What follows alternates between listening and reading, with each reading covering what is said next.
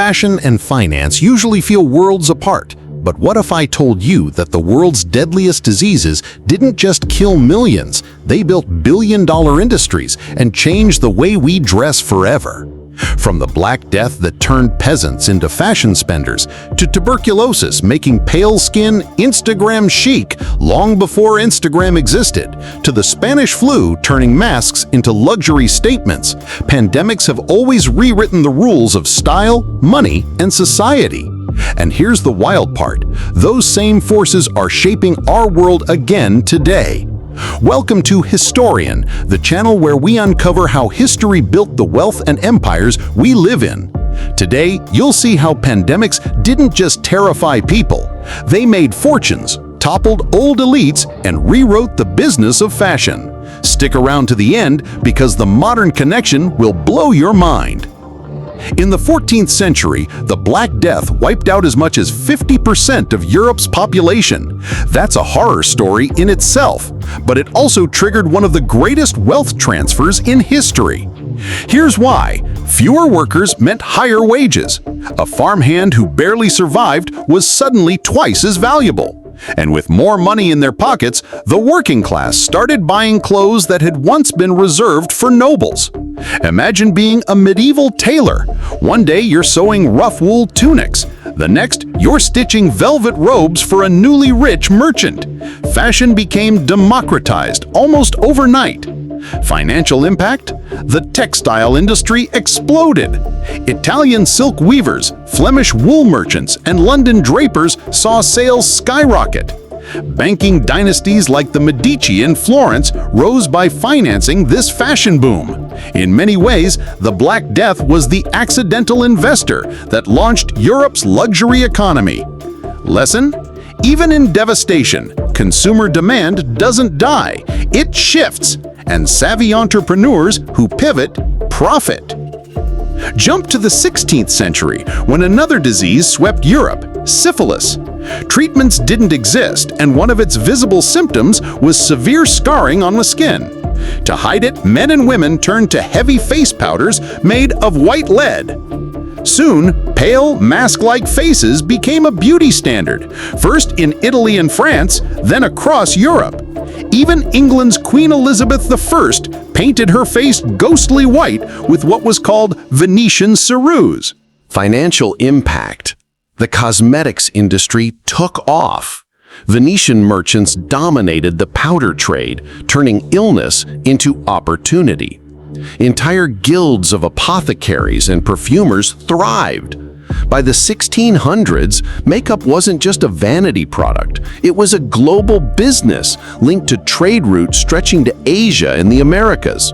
So a disease meant to be hidden actually built the foundation of modern beauty culture and created fortunes for merchants who capitalized on insecurity.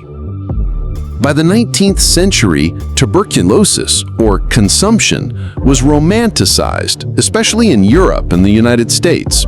Writers described victims as delicate, poetic, and tragically beautiful.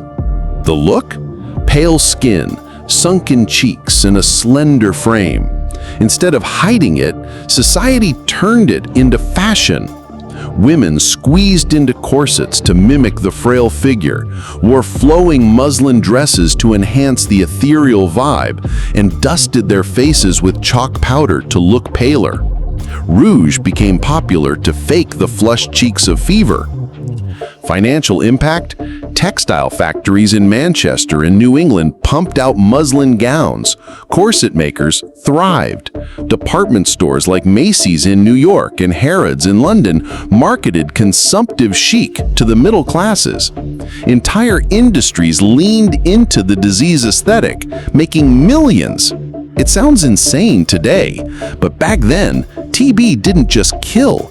It shaped a century of fashion and fueled the global rise of department store culture. Then came cholera in the 1800s. Unlike TB's romanticism, cholera terrified people with its filth-based spread. In response, Victorians became obsessed with cleanliness. This obsession bled into fashion. White cotton underwear and dresses became a sign of hygiene and respectability. Bleached fabrics surged in demand. Soap companies like Piers grew rich, and laundries boomed as people demanded freshly washed clothing. Financial impact? Cotton imports from colonies like India skyrocketed, fueling Britain's global textile dominance. Clean fashion wasn't just style, it was an empire.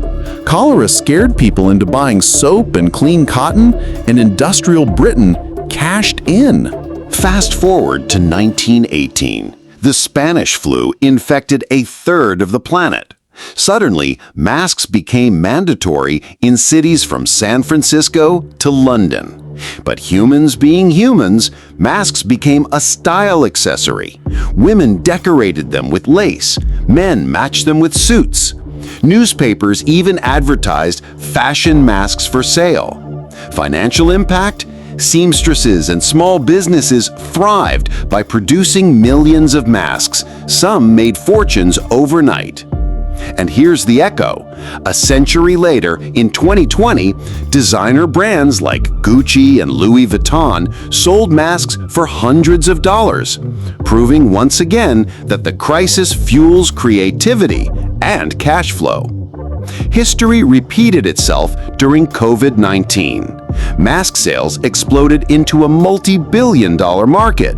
Etsy sellers, fashion brands, and even luxury designers profited. Meanwhile, sweatpants and loungewear saw record growth as remote work reshaped style. The lesson across centuries? Disease reshapes consumer demand.